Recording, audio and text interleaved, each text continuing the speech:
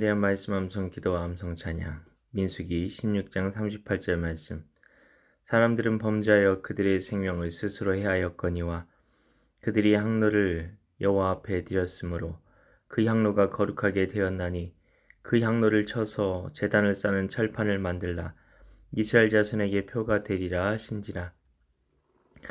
사람들은 범죄하여 그들의 생명을 스스로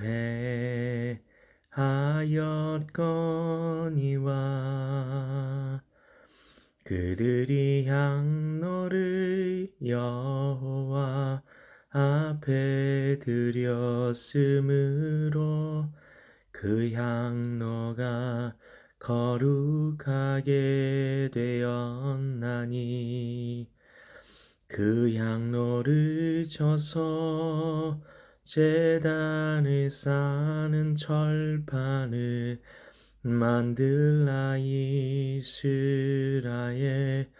자손에게 표가 되리라 하신지라. 그 향로를 쳐서 제단을 쌓는 절판을 만들라 이스라엘 자손에게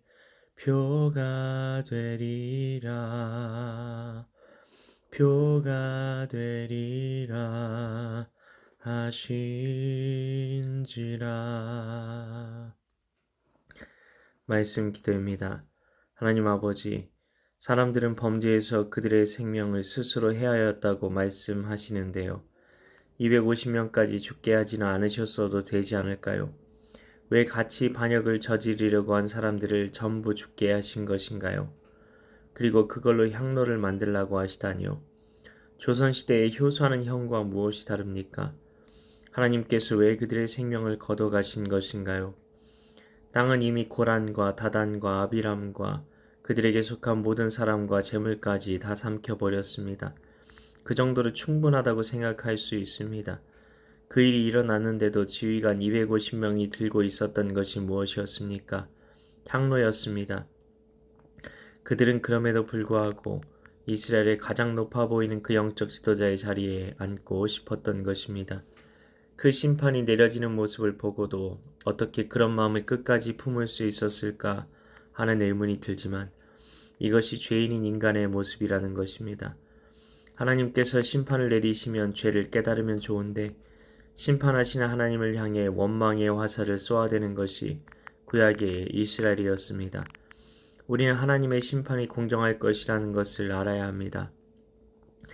우리는 기회도 없이 자연재앙으로 인해 죽어간 아이들, 삼국시대, 고려시대, 조선시대 등의 훌륭한 삶을 살아간 사람들을 예를 들며 하나님의 심판이 공정하지 않다는 이야기를 하고 싶어 합니다. 그러나 성경은 분명 노아의 홍수 때에 죽은 사람에게도 하나님의 복음이 전해졌다고 이야기를 합니다.